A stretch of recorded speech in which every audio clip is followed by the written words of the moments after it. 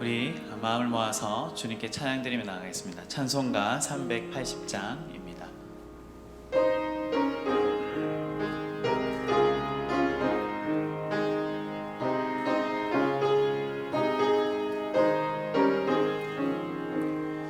나의 생명 되신 주님 앞에 나아갑니다. 주의 흘린 보혈로 정케하사 받아주소서. 날마다 주를 찬송하겠네. 주의 사랑 줄로서 나를 굳게 잡아 매소서. 괴로운 세상 지낼 때 나를 인도하여 주소서. 주를 믿고 나가면 나의 길을 잃지 않겠네. 날마다 주를 찬송하겠네. 주의 사랑 줄로서 나를 굳게 잡아 매소서. 세상 살아갈 때에 주를 더욱 사랑합니다. 밝고 빛난 천국에 나의 영혼 들어가겠네. 날마다 주를 찬송하겠네. 주의 사랑 줄로서 나를 굳게 잡아 매소서. 아멘.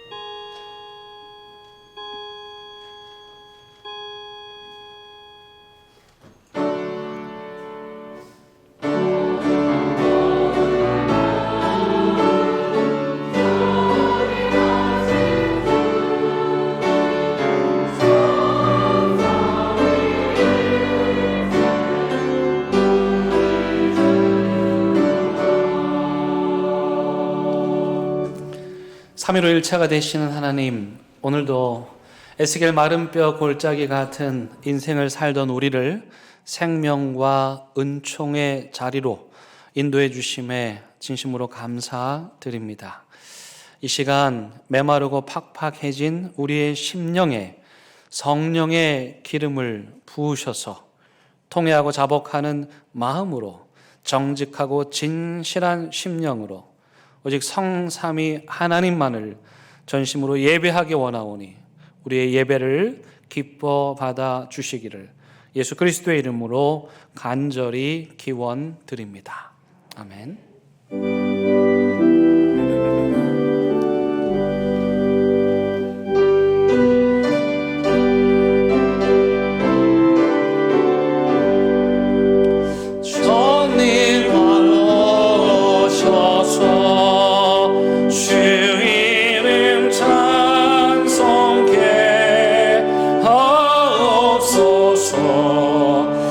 영광과 권능의 성부여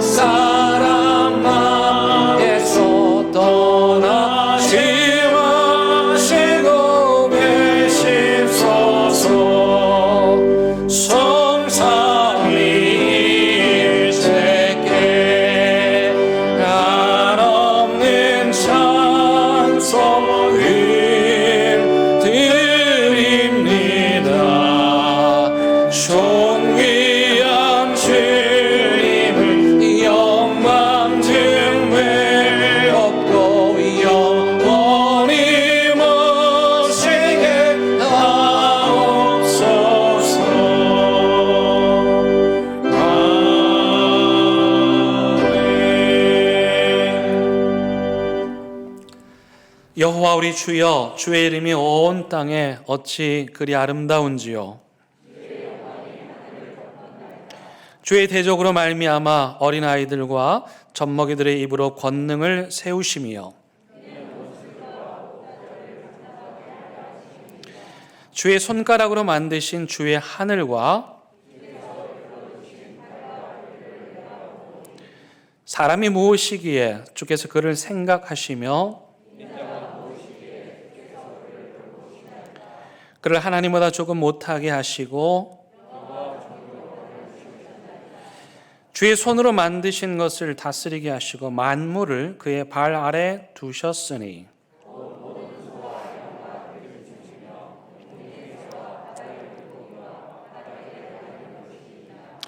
여호와 우리 주여, 주의 이름이 온 땅에 어찌 그리 아름다운지요. 아멘. 나는 전능하신 아버지 하나님 천지의 창조주를 믿습니다. 나는 그의 유일하신 아들 우리 주 예수 그리스도를 믿습니다. 그는 성령으로 잉태되어 동정녀 마리아에게서 나시고 본디오 빌라도에게 고난을 받아 십자가에 못 박혀 죽으시고 장사된 지 사흘 만에 죽은 자 가운데서 다시 살아나셨으며 하늘에 오르시어 전능하신 아버지 하나님 우편에 앉아 계시다가 거기로부터 살아있는 자와 죽은 자를 심판하러 오십니다. 나는 성령을 믿으며 거룩한 공교회와 성도의 교제와 죄를 용서받는 것과 몸의 부활과 영생을 믿습니다. 아멘. 이 시간 자리에 앉으셔서 하나님과 여러분만이 아는 은밀한 죄를 침묵 가운데 고백하는 시간 갖겠습니다.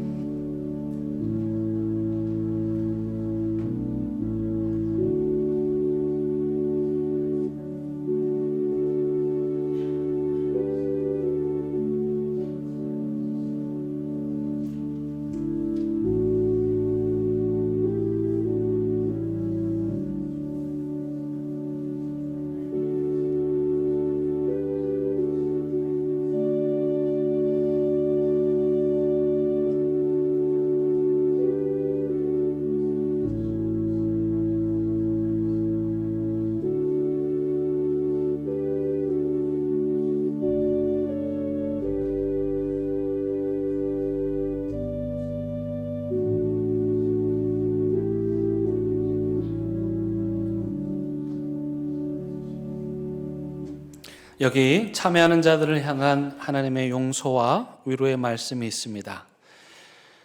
수고하고 무거운 짐 진 자들아 다 내게로 오라. 내가 너희를 쉬게 하리라. 나는 마음이 온유하고 겸손하니 나의 멍에를 메고 내게 배우라. 그리하면 너희 마음이 쉼을 얻으리니 이는 내 멍에는 쉽고 내 짐은 가벼움이니라 하시니라. 아멘.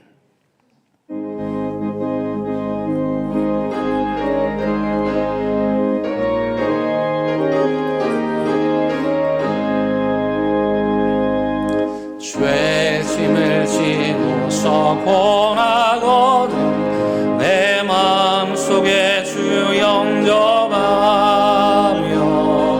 새 사람 되기를 원하거든 내 구주를 영접하라.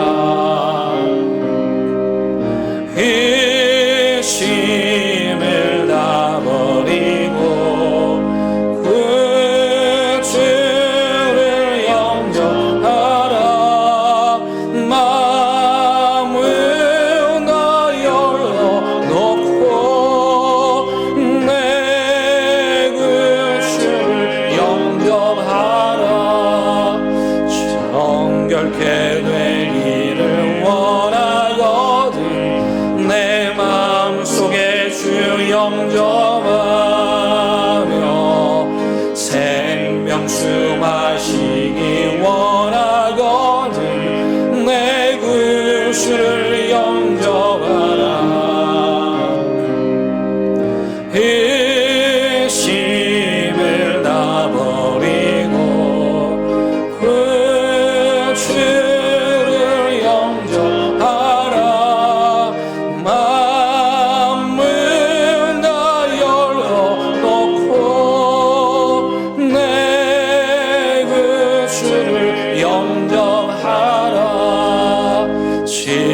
확실한 친구를 원하거든 내 마음속에 주 영접하며 내 맘의 평안을 원하거든 내 구주를 영접하라.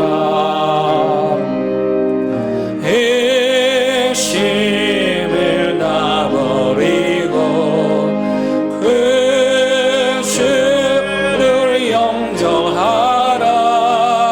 마음을 다 열어놓고 내 구주를 영접하라.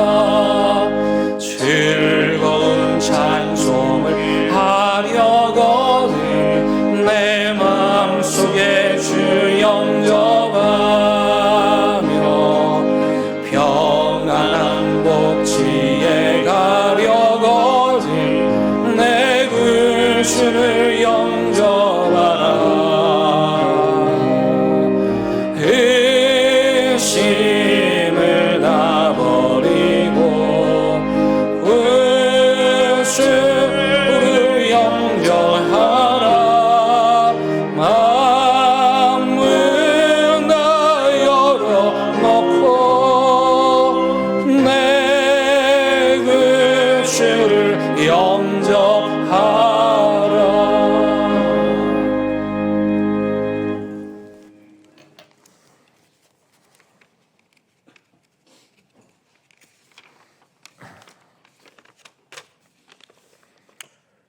전능하시고 은혜와 사랑이 풍성하신 하나님, 기나긴 시간 오늘 마스크 부분 해제로 6월 첫 주를 대연교회 초소에서 예배드리게 하여 주시니 감사드립니다. 저희의 마음을 합하여 온전히 예배드리기를 원하오니 받아 주옵소서. 긍휼의 하나님, 저희가 부족하여 죄악 속에 살 때가 많았습니다. 불쌍히 여겨주사 성령의 인도하심으로 승리하게 하옵소서. 우리에게 아직 고백하지 못한 죄악이 있으면 보혈로 씻어 주옵소서. 이 시간 기도하오니 우리의 모든 허물과 더러움을 용서하여 주사 진리 안에서 자유롭게 하옵소서. 한 국가 지도자의 영토에 대한 욕심으로 인해 빼앗으려는 자와 지키려는 이의 세력 다툼으로 세계의 정세가 많은 어려움에 처해 있습니다. 에너지 가격의 상승으로 경제적으로 힘든 이들이 있고 정쟁 상황으로 인해 생명의 위협을 느끼는 이들도 있습니다. 이런 역사의 흐름 속에 하나님께서 저희에게 주시고자 하는 메시지를 잘 분별하게 하시고, 그렇지만 전쟁보다는 평화의 길을 허락하여 주셔서 하나님이 사랑하는 이들의 생명의 길을 열어 주시옵소서. 약속 국가가 힘의 논리로 지배당하지 않게 하시고 대한민국의 지도자나 한국교회의 리더자 또한 욕심과 분냄에 치우쳐 잘못된 판단을 하지 않도록 하시고 좌우로 치우치지 않게 하시어 그들이 처한 곳에서 선한 영향력을 발휘하게 하옵소서. 기성세대와 성장세대의 이해 갈등 속에서 대형교회에 속한 모든 가정 공동체가 하나님의 은혜 가운데 건강하게 성장하기를 바랍니다. 우리 세대뿐만 아니라 다음 세대로 신앙이 전수되어지는 은혜를 주옵소서. 부모가 다음 세대를 신앙으로 양육하는 데 힘을 다하게 하옵소서. 그들을 돕는 교회 학교의 교육자와 교사들에게도 힘을 주시어 어려운 시대 가운데 기독교 교육 사명을 잘 감당하게 하옵소서. 주중에 있을 청년부 수련회 또한 지켜주시어 안전사고 없이 은혜 받는 시간 되게 하옵소서. 국토 방위를 위해 수고하는 청년들 온갖 믿음을 강하고 새롭게 하여 주시옵고, 학업에 있는 이들에게는 지혜와 명철로, 병상에 있는 이들 교회나 사회에서 여러 가지 일들로 인해 상처받는 이들에게는 하나님의 자비와 치유와 회복의 은총을 허락해 주시옵소서. 저희 교회가 후원하며 기도하고 있는 선교사님들 또한 붙들어 주옵소서. 말이 통하지 않는 문화와 간섭이 다른 곳에서 생명의 이역 가운데 담대히 복음을 전하고 있는 선교사님들을 지켜 주옵시고 예수 그리스도의 심장으로 교회와 성도를 사랑으로 품게 하여 주시고 섬김의 리더십으로 무장되게 하옵소서. 오늘도 강단에 세워주신 담임 목사님께 하늘의 능력을 입혀 주시어 본인의 이성과 생각의 말보다는 이 시대의 온전한 하나님의 마음과 뜻을 증거케 하여 주시고 모든 성가대원들에게 주님의 사랑과 은혜를 덧입혀 주셔서 아름다운 곡조로 하나님을 영화롭게 높이게 하옵소서. 곳곳에서 수고하시는 예배위원들에게 한량없는 은혜로 함께 하시옵고 우리 삶의 참주인 되시며 기쁨과 소망이신 우리 주 예수 그리스도의 이름으로 기도드립니다. 아멘.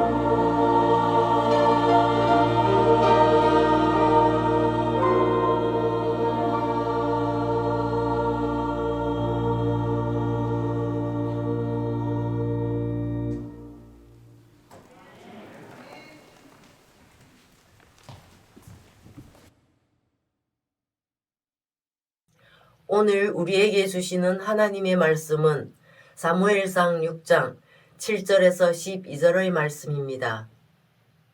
이제 하나님 말씀을 봉독하겠습니다. 하나님의 말씀을 경청하시기 바랍니다. 그러므로 새 수레를 하나 만들고 멍에를 메어보지 아니한 젖나는 소 2마리를 끌어다가 소의 수레를 메우고 그 송아지들은 떼어 집으로 돌려보내고 여호와의 궤를 가져다가 수레에 싣고 속건제로 드릴 금으로 만든 물건들은 상자에 담아 궤 곁에 두고 그것을 보내어 가게 하고 보고 있다가 만일 궤가 그 본 지역 길로 올라가서 베세메스로 가면 이 큰 재앙은 그가 우리에게 내린 것이 아니요 그렇지 아니하면 우리를 친 것이 그의 손이 아니요 우연히 당한 것인 줄 알리라 하니라. 그 사람들이 그같이 하여 젖나는 소 2를 끌어다가 수레를 메우고 송아지들은 집에 가두고 여호와의 궤와 및 금지와 그들의 독종의 형상을 담은 상자를 수레 위에 실으니 암소가 베세메스 길로 바로 행하여 대로로 가며 갈 때에 울고 좌우로 치우치지 아니하였고 블레셋 방백들은 베세메스 경계선까지 따라가니라. 아멘. 이것은 하나님의 말씀입니다.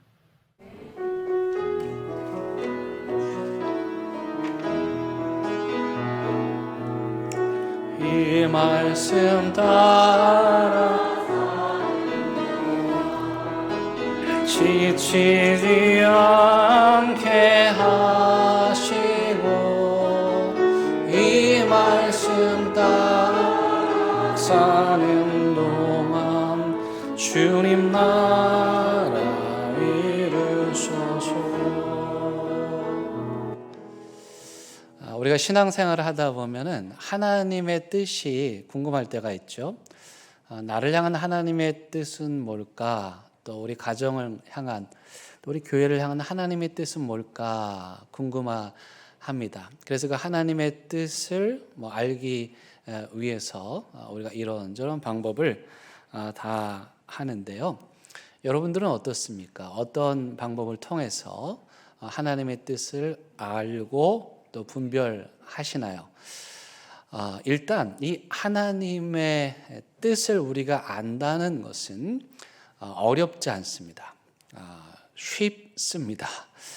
왜냐하면 그 하나님의 뜻을 마치 숨겨진 보물 찾기 하듯이 우리가 가서 찾는 것이 아니고 그 하나님의 뜻은 우리에게 다 드러나 있고 또 하나님께서 우리에게 그 하나님의 뜻을 가르쳐 주시기 때문입니다. 이제 곧 봄바람이 불 텐데 봄바람이 불면 또 봄풀 내음이 나면 봄이 온 것을 알듯이 하나님께서 우리에게 먼저 다가오셔서 하나님의 뜻을 우리에게 알려주심으로써 우리가 그 하나님의 뜻을 알게 되는 것입니다. 그 하나님의 계획과 뜻을 감추지 않고 우리 인간들에게 다 가르쳐 주시고 보여주신다 하여 그것을 계시라고 합니다. 하나님의 모든 계획을 활짝 열다게 보여줄 시해서 다 보여주심. 기독교는 이 계시로부터 시작이 됩니다. 하나님의 뜻이 인간에게 드러나는 그 사건, 거기에서 기독교가 시작이 되는 것입니다. 반면에 기독교 이외의 다른 종교, 모든 다른 종교는 계시의 종교가 아니고 일명 이 계시의 종교와 상반된 노력 종교다 그렇게 말합니다. 그 이유는 뭐냐면 그 종교가 믿는 바 그 신들의 뜻을 알기 위하여 인간들이 노력을 해야 하기 때문입니다. 예컨대 덕을 쌓는다든지 수도 생활을 한다든지 어떤 이런저런 인간의 노력을 통해서 하나님의 뜻에 이르고 하나님을 알 수 있다라고 말합니다. 그래서 이 계시라고 하는 것, 하나님의 뜻을 우리에게 가르쳐 주심으로 우리가 안다는 이 계시 사건은 다른 종교와 확연하게 구분되는 기독교만의 특징입니다.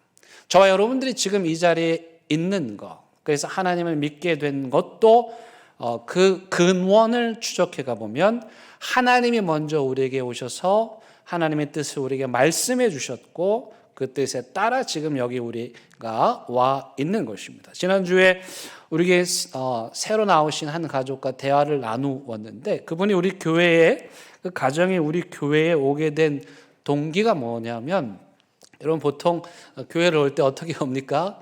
친구를 통해서 오거나 소개를 받고 오거나 가라고 가족들이 이야기해서 오는데 이 가정은요 어느 날 갑자기 교회를 가야 되겠다 그 마음이 든 거예요. 제가 그 이야기를 다 듣고 그게 바로 하나님의 초대장입니다. 누가 오라고 한 것도 아니고 우리 교회를 소개한 것도 아니고 어느 날 갑자기 교회를 가야 되겠다.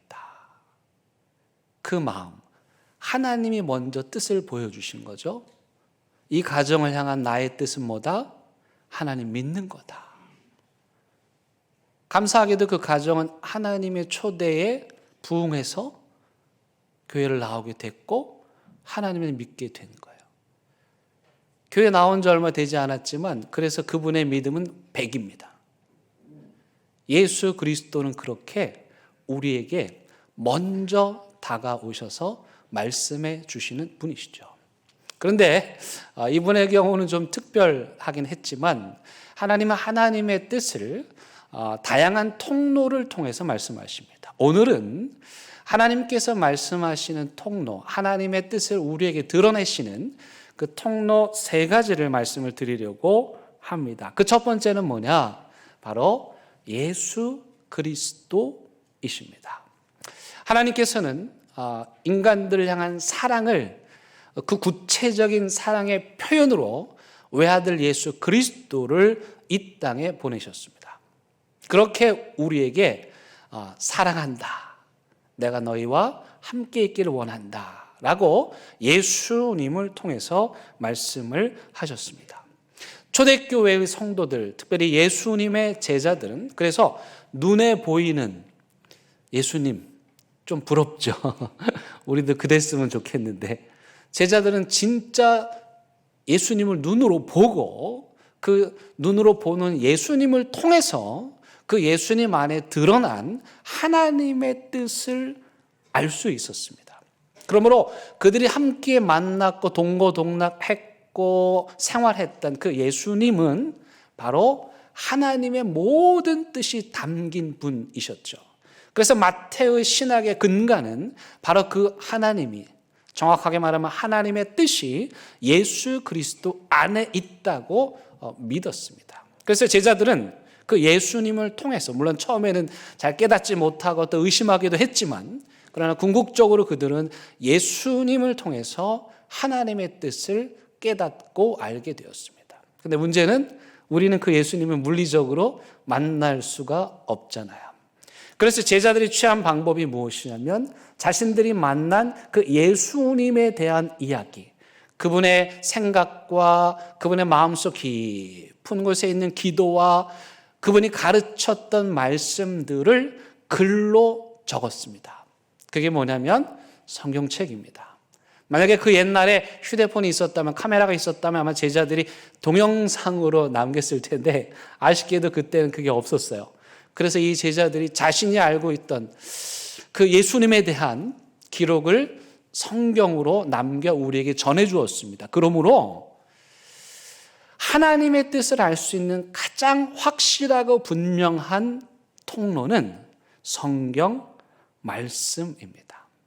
이 하나님 말씀 안에, 우리가 지금 보는 성경 안에 예수 그리스도로 충만하고 그 예수 그리스도 안에는 하나님의 뜻이, 우리를 향한 하나님의 계획이 다 들어있는 것이죠. 그런 의미에서 우리가 하나님의 뜻을 알려면 이 성경 말씀을 읽어야 하는 것입니다.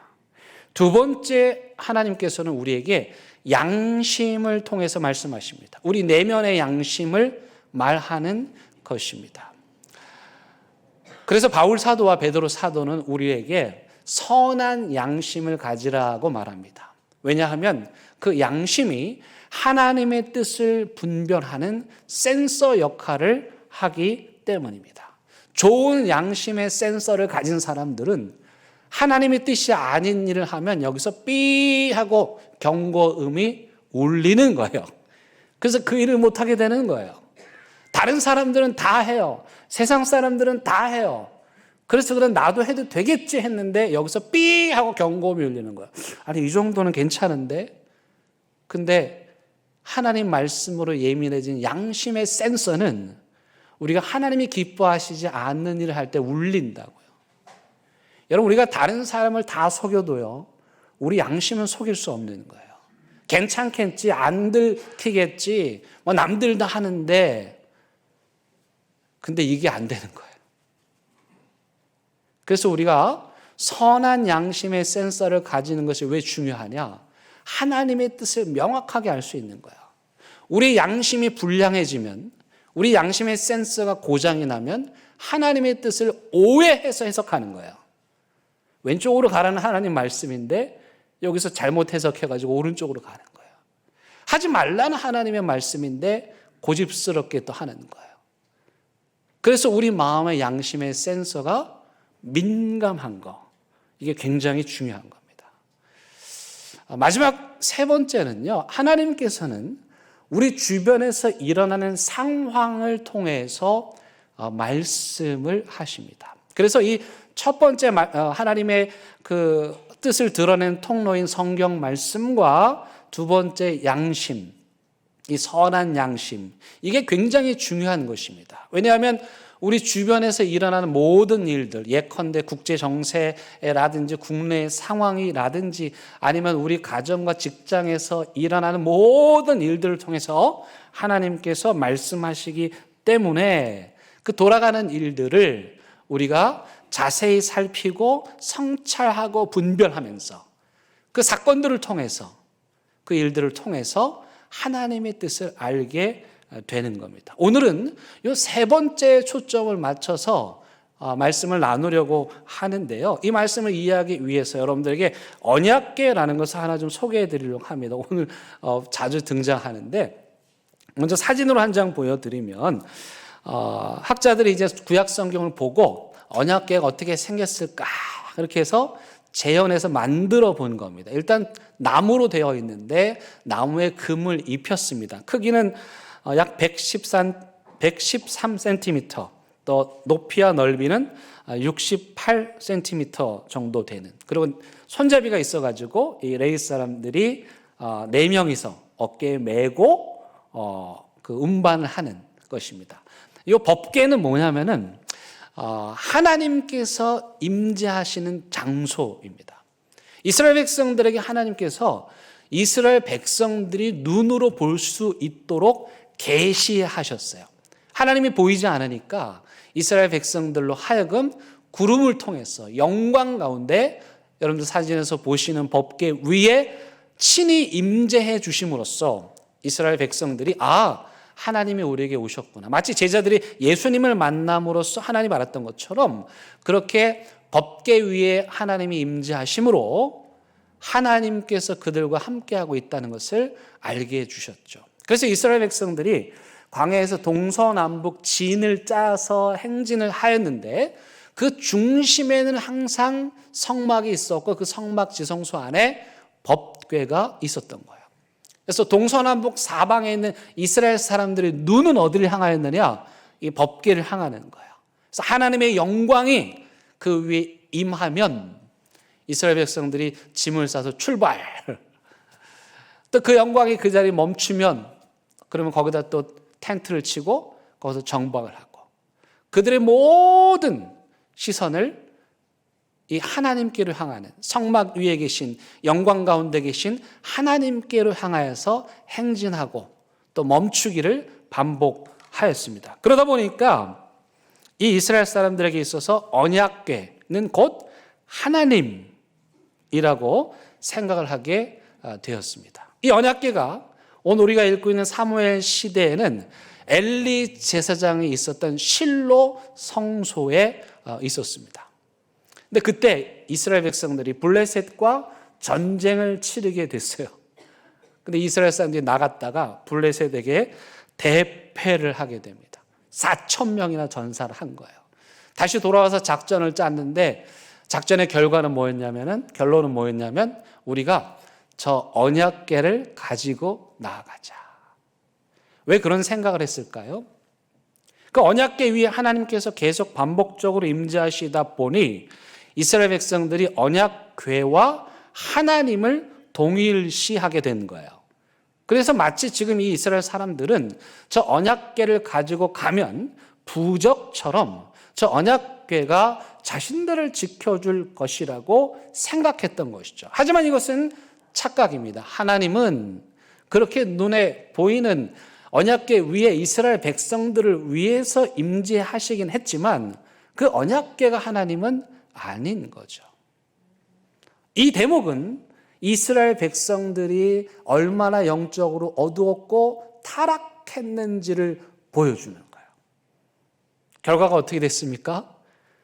언약궤를 가지고 갔는데 또 전쟁에서 진 거예요. 전쟁에서 진 거는 뭐 둘째 치고요. 이 하나님의 언약궤를 뺏긴 거예요. 엄청난 충격을 받은 거예요.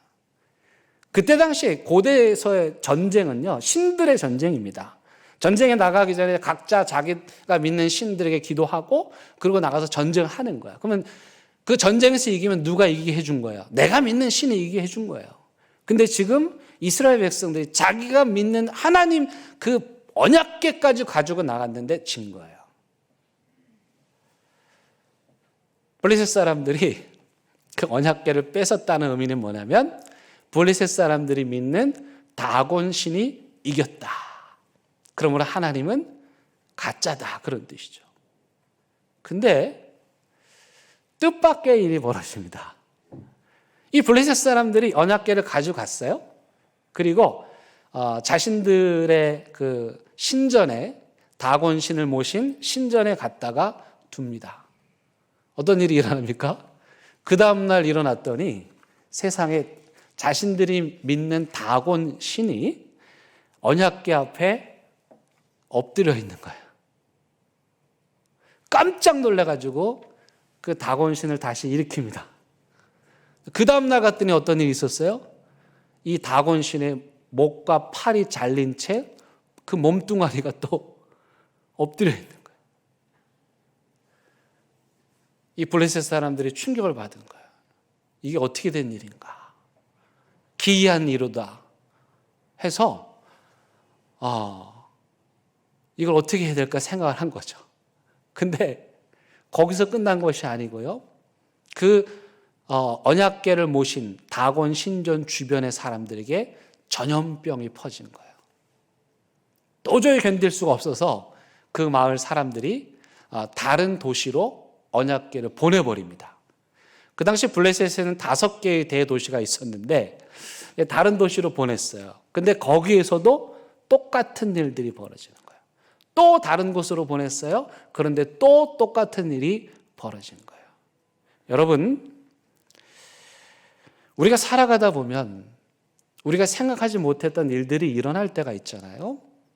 그럴 때는요, 멈추어서 생각할 때입니다. 성찰할 때이죠. 신기한 건요, 이 블레셋 사람들이, 하나님을 믿지 않는 블레셋 사람들이 도저히 이해되지 않는 이 사건들 앞에서 멈추어 섭니다. 그리고 왜 이런 일이 일어났는가를 생각하기 시작합니다. 가장 중요한 건 뭐냐면 이들이 무슨 고백을 하냐면, 여러분 6절 말씀에 보시면, 야, 이스라엘의 하나님이 어떤 하나님이냐? 그 옛날 이집트 사람들을 그 홍해바다에 수장시키고 이스라엘을 구원한 하나님이 아니냐? 그때 바로가 고집을 피워서 이집트가 완전히 초토화됐지 않았냐? 근데 그 하나님이 또 우리에게 이런 일들을 계속 벌이시니 적어도 우리는 이집트 사람들과 같이 어리석지는 말자. 굉장히 중요한 대목이에요. 하나님께서는 그 시대에 이스라엘 백성들을 구원하는 사건을 통해서 모든 사람들에게 하나님이 어떤 분이신지를 알게 하셨다는 거예요.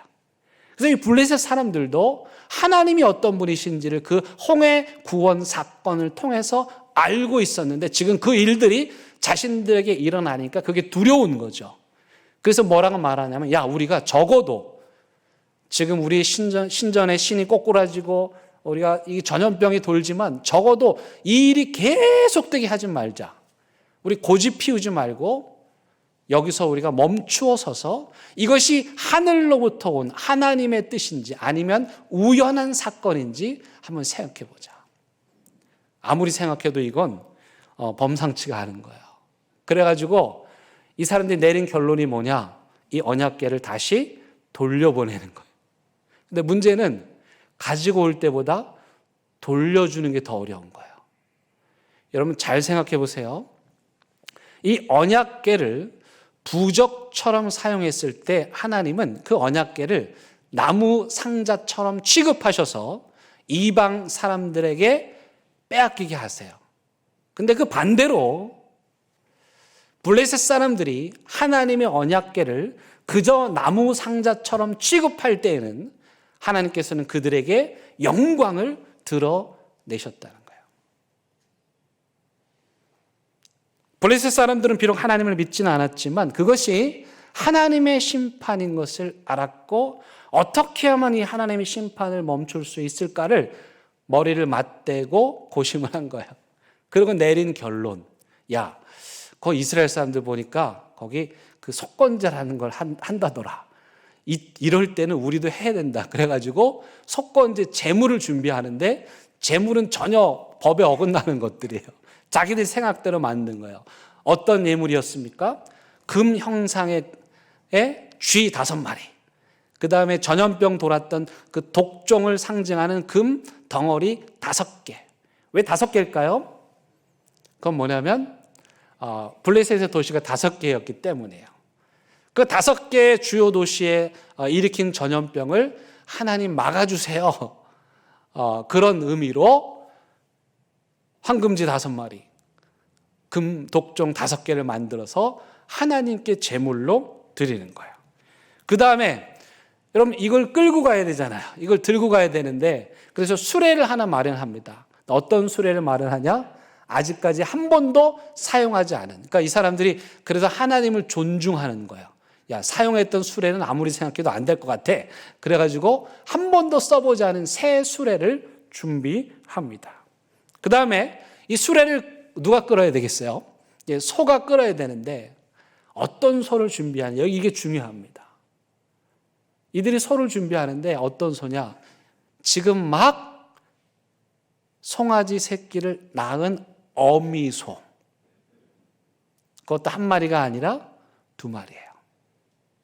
그 소를 데려다가 수레를 끌도록 시키는 거예요.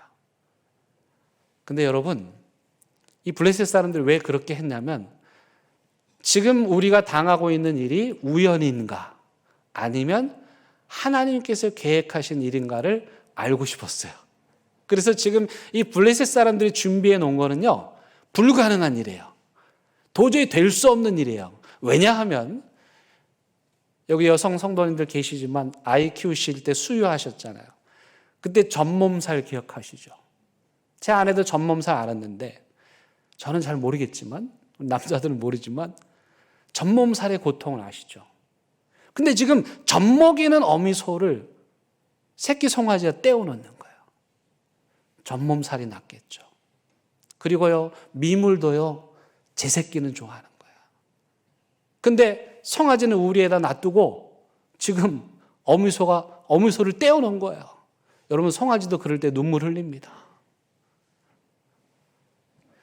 그뿐만이 아니라 이 2 암소는 한 번도 수레를 끌어본 적이 없어요. 경험이 없다는 거죠. 근데 이 일을 시키는 거예요. 한 걸음 더 나아가서요, 여러분, 소를 멍에 맬 때도요, 그냥 매지 않습니다. 경험 있는 소와 경험 없는 소를 매야 일이 잘 돼요. 근데 이게 둘 다 초보예요.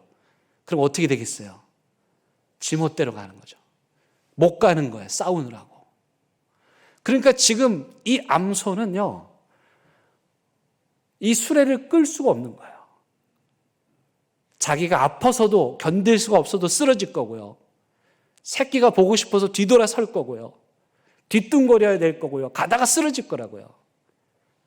근데 일부러 블레셋 사람들이 그렇게 한 거예요. 그리고 그 소를 가게 합니다. 만약에 이 소가 결국 못 가고 쓰러지면 이건 하나님의 계획은 아니야. 이 사건은 우연이야. 근데 만약에 도저히 안 되는 이 상황에서 이 소가 가? 그럼 그건 하나님의 뜻이 분명해. 그러면서 블레셋 사람들이 그 암소가 어떻게 하나 뒤에서 쫓아가면서 보는데 여러분 놀라운 일이 벌어지는 거예요. 전몸살의 고통을 이기며 자기 새끼 송아지를 보고 싶은 마음을 억누르고 경험 없는 이 두 마리 암소가 좌우로 흔들리지 않고 똑바로 걸어서 이스라엘 지경으로 가는 거예요. 12절 보시면 암소가 베세메스 길로 바로 행하여 대로로 가며 갈 때에 울고, 왜 울었겠어요? 아파서 울고 새끼 송아지 보고 싶어서 울고, 그런데도 좌우로 치우치지 아니하였고 이스라엘 땅까지 직선으로 걸어간 거예요.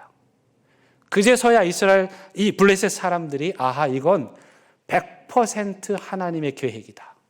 이건 우리가 어떻게 할 수 없는 거다. 안 되는 모든 상황을 만들어 놨는데 하나님께서 이건 하신 것이다.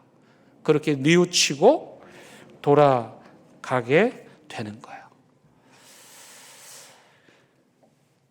여러분, 결국 이 사건을 통해서 드러난 하나님의 뜻은 뭘까요? 그건 블레셋 사람들에 대한 심판이 아니고 그건 과정이고, 그걸 통해서 뭐 어떻게 해요? 하나님의 언약궤를 다시 제자리로 돌려놓는 거. 이것이 이 사건을 통해서 드러난 하나님의 뜻이었다고요. 신기한 건요, 이 블레셋 사람들은 여전히 하나님을 믿지는 않았어요. 그 자리에서 아, 이게 하나님이 놀라운 일을 하시는구나, 이분이 진짜 신이시구나, 엎드려서 하나님을 믿고 경배하지는 않았어요. 그러나 적어도 그들은 뭐는 있었어요? 양심은 있었던 거예요. 그리고 적어도 그들은 이것이 과연 하늘로부터 온 것인지 우연인지를 분별할 줄 아는 그런 지혜가 있었던 거예요. 그래서 비록 그들이 다시 블레셋으로 돌아가기는 했지만 적어도 이들은 하나님의 뜻을 존중할 줄 알았고 그 하나님의 뜻에 순종할 줄 알았던 사람들이죠. 여러분들에게 일어나는 일들이 이런 비슷한 일들이 일어날 수 있습니다. 돼야 될 일인데 안 되고 안 돼야 될 일인데 되기도 하고, 찬성할 사람이 반대하고 반대할 사람이 찬성하고, 예측할 수 없는 일들이 여러분들의 일상에 일어난다면 그때는 조용히 하나님 앞에서 기도하셔야 됩니다. 성찰하셔야 됩니다. 생각하셔야 됩니다. 이 일을 향한 하나님의 뜻이 무엇인가를 적어도 이 블레셋 사람들처럼 잘 살피셔야 합니다. 그렇게 하나님께서는 우리의 주변의 상황들을 통해서 하나님의 뜻을 드러내시고 말씀하십니다. 저는 목회자의 자녀로 자랐고, 그래서 목회자의 길을 가는 것을 원하지 않았습니다. 그래서 어떻게 해서든지 도망가려고 하나님하고 한 3년간 긴 씨름을 했습니다. 아주 멋진 핑계로 이 핑계 저 핑계 대면서 도망 다녔는데 결국 하나님의 포위망에 탁 사로잡혀서 신학교를 가게 되었습니다. 그 마음을 하나님께서 주시고 저도 확신을 하고 이제 결정을 하고, 그 결정을 가장 먼저 제가 알린 분은 부모님이 아닙니다. 저의 외할머님입니다. 왜냐하면 제가 첫째 손자예요. 할머님의 사랑을 받고 자랐고 할머님의 무릎에서 가정 예배 드리고 찬송 부르면서 기도하시는 거 보면서 자랐거든요. 또 할머니 사모님이신 남편도 또 목사님이시고, 그러니 손자가 남편의 뒤를 이어서 목회를 간다고 하면 얼마나 좋아하실까. 가지고 할머니 좋아하시는 모습 생각하며 기뻐하시는 모습 생각하며 그래서 할머니 이게 저 신학교 가게 됐습니다. 그랬더니 할머니가 그 자리에서 풀썩 주저앉는 거예요. 한 30년 됐는데 아직도 생생해 그 장면이. 아구 야야 꼭 그래야 된다냐. 안 그러는 방법도 있지 않겠냐. 거창고등학교의 직업선택의 10계명에 보면 그런 항목이 있습니다. 부모나 가족이 반대하면 반드시 그 길로 가라. 그게 하나님의 뜻이다. 왜냐하면 대개 가족들은 안전한 길, 주로 공무원, 뭐 그런 길을 택하게 하잖아요. 근데 참 신기하게도요. 내가 가장 사랑하는 할머님의 그 모습 속에서 저는 그것이 저를 향한 하나님의 뜻이라는 걸 명확하게 알 수 있었어요. 한 개만 더 말씀을 드리면 저의 작은 외할아버님도 목사님이셨어요. 신학교에 가고 뭐 망망대해 같으니까 그래서 이제 그 전주에서 목회하시는 할아버님 찾아갔어요. 작은 외할아버님이죠. 또 뭐 격려 받고 싶고 칭찬 받고 싶고 그랬는데 그분이 다 추어탕 사주시면서 추어탕 진짜 맛있었어요. 역시 추어탕은 전주 추어탕이에요. 네. 추어탕으로 사주시면서 루터가 이렇게 말했다. 웬만하면 목회하지 말라고. 저는 그 두 개의 그 가족들의 부정적인 반응을 통해서 신기하게도 이게 하나님의 뜻인 걸 더 확신할 수 있었어요. 여러분 우리가 적어도요. 블레셋 사람 수준의 믿음은 돼야 돼요. 지금 이 재앙이 이 어려운 일이 왜 온 걸까? 지금 이 일이 왜 일어난 걸까? 멈추어 서서 생각하고 하나님 앞에 기도하고 이렇게 저렇게 해봐도 안 되면 하나님 뜻 맞구나 받아들이고 순종하는 것. 한 걸음 더 나아간다면 우리가 블레셋 사람보다 나아야 되니까 한 걸음 더 나아간다면 하나님께서 우리에게 어떤 뜻을 보여주실 때 우리가 취해야 할 태도는 이 두 마리 암소의 태도입니다. 자식을 떼어놓는 고통, 전몸살로 견딜 수 없는 그 육신의 고통, 그리고 처음 해보는 이 일, 너무도 두렵고 떨리는 이 일, 혼자 하기도 버거운데 똑같이 초짜랑 같이 해야 되는 이 일, 때려치고 싶고 그만두고 싶고 안 하고 싶지만 이 법궤를 메고 가는 것이 하나님의 뜻이라면 이 벳세메스 암소처럼 뒤돌아보지 말고 눈물 흘리면서 뚜벅뚜벅 그 길을 걸어가는 것. 그게 저와 여러분들이 해야 할 일이라 믿습니다. 이제 포스트 코로나라는 말이 들리기 시작합니다. 사실 오늘도 여러분들 마스크 빼셔도 됩니다. 안내 문자를 드렸는데 거의 다 착용하고 계시는데 코로나 이후 우리가 새로운 삶을 또 살아야 됩니다. 중요한 건 3년이라고 하는 이 엄청난 코로나 재앙을 겪고도 이게 무슨 뜻인지도 모르고 무슨 뜻인지 알려고 하지도 않고 그저 기계적으로 다시 옛날로 돌아갑시다. 이건 블레셋 사람보다 못한 거예요. 왜 우리가 지난 3년 동안 예배도 못 드리고 모임도 가지 못하고 찬양도 하지 못했는가? 왜 하나님이 우리에게 이런 일을 겪게 하셨는가? 그 일에 담긴 하나님의 뜻은 무엇일까를 깊이 생각하는 거. 그래서 단순한 회개가 아니라 다시 옛날로 돌아가는 것이 아니라 그 하나님의 분명한 뜻을 깨닫고 새로운 길, 베세메스 암소와 같이 새로운 길을 믿음으로 걸어가는 거, 그게 우리가 해야 될 일이죠. 저는 이 재난을 통해서 뚜렷하게 드러난 하나님의 뜻은 무엇인가? 비본질적인 것은 다 버리라는 거예요. 우리 본질만 남았었잖아요. 예수 그리스도만 붙잡으라는 거예요. 복음만 붙잡으라는 거예요.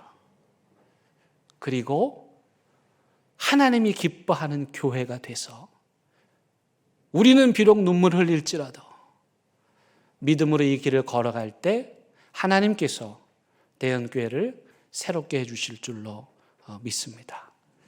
이 믿음의 길을 우리 함께 손잡고 걸어가기를 원합니다. 찬양하시겠습니다.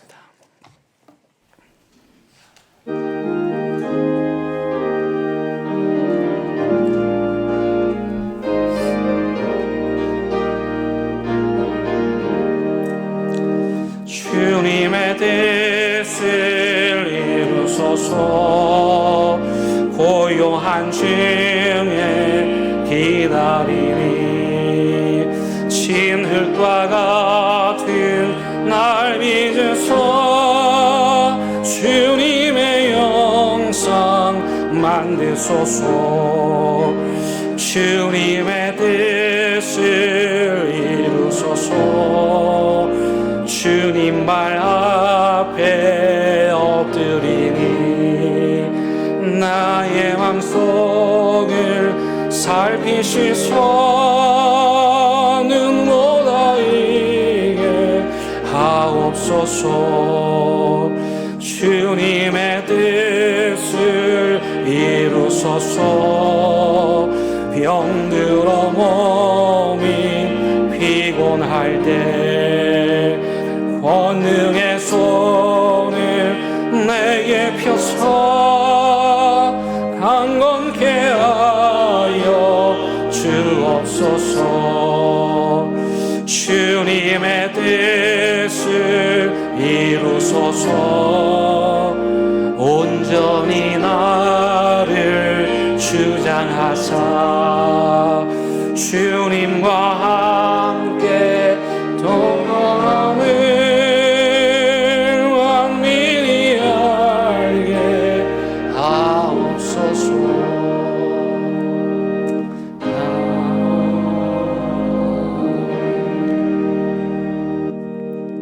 하나님, 우리에게 오늘도 끊임없이 하나님의 뜻을 말씀하고 계시는 줄로 믿습니다. 내가 너를 사랑한다. 내가 필요하다. 나와 함께하자. 말씀하시는 그 하나님의 뜻을 잘 분별하여 하나뿐인 이 소중한 인생, 베세메스의 암소처럼 우리의 사명을 다하는 순종의 길을 걷게 하여 주옵소서. 예수님의 이름으로 기도드립니다. 아멘.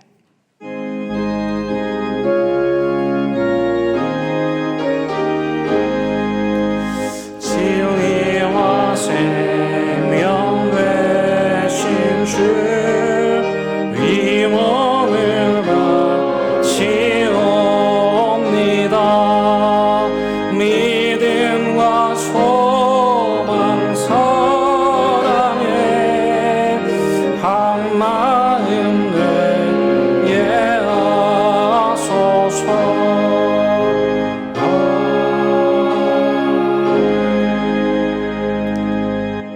하나님, 이 시간 하나님 앞에 존귀할 예물 드립니다. 혹 블레셋 사람처럼 예물의 규정을 몰라서 드리는 예물이라 할지라도 우리 하나님 그 예물 받아 주시고 기뻐해 주실 줄로 믿습니다.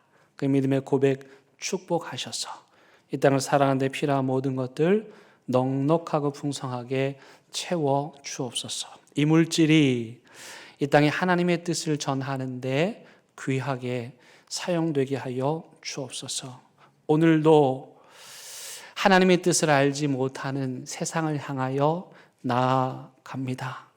그 세상에 우리들 한 사람 한 사람이 베세메스로 가는 암소들이 되어 우리를 통해서 하나님의 뜻이 그 어둠에 있는 자들에게 환히 드러나게 하여 주옵소서.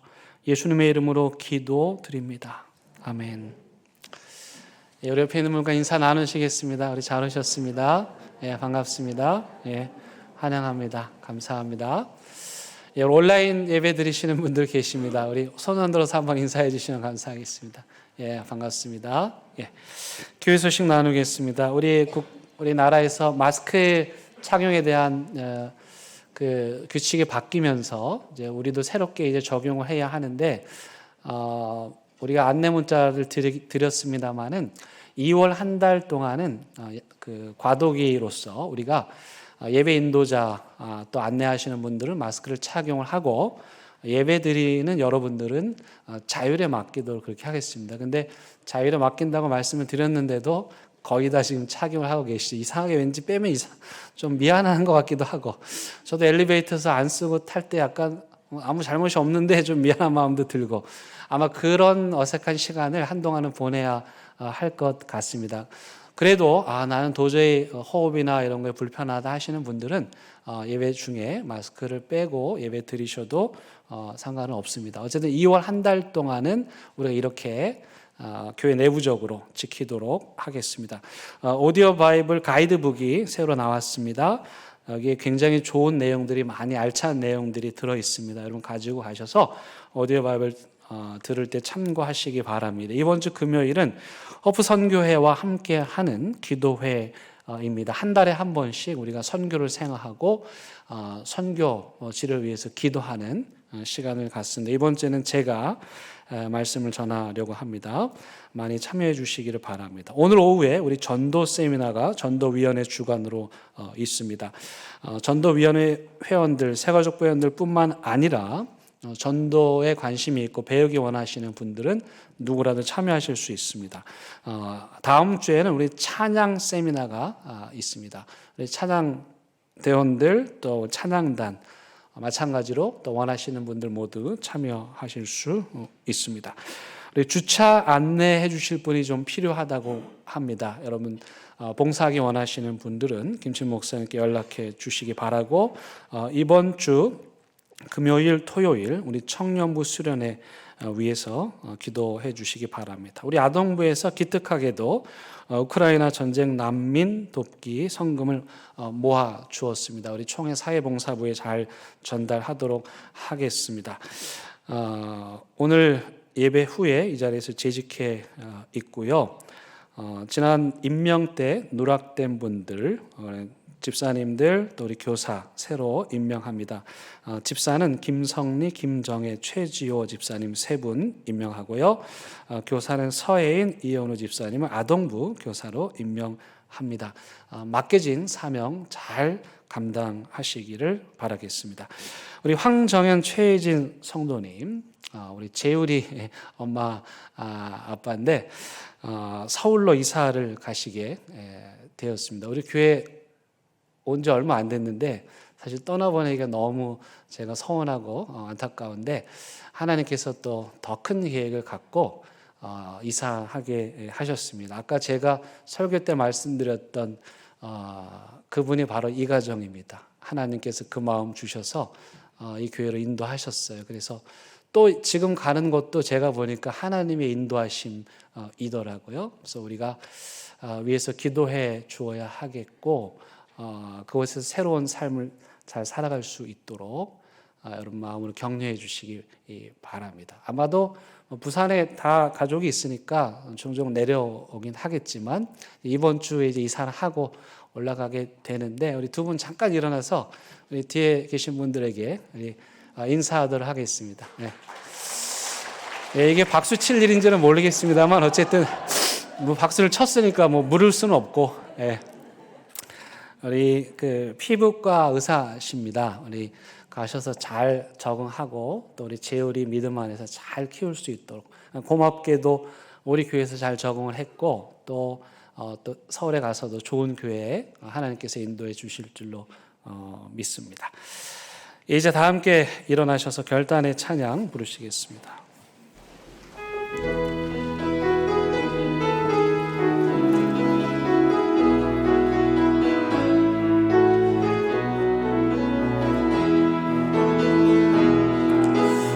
하나님의 보혈이 감사요 그 놀라운 평화를 누리며 나 그대들과 함께 걸어가네 나 그대들과 희망을 여네 지나간 아픔과 고통의 날이 무겁게 내 영혼 짓눌러도 오 주여 우리 외면치 마시고 약속된 구원을 이루소서 그 선한 힘이 우리 감싸시니 믿음으로 일어나는 기회 안에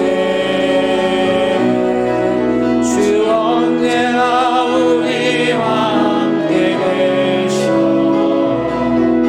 하루 또 하루가 늘 새로워.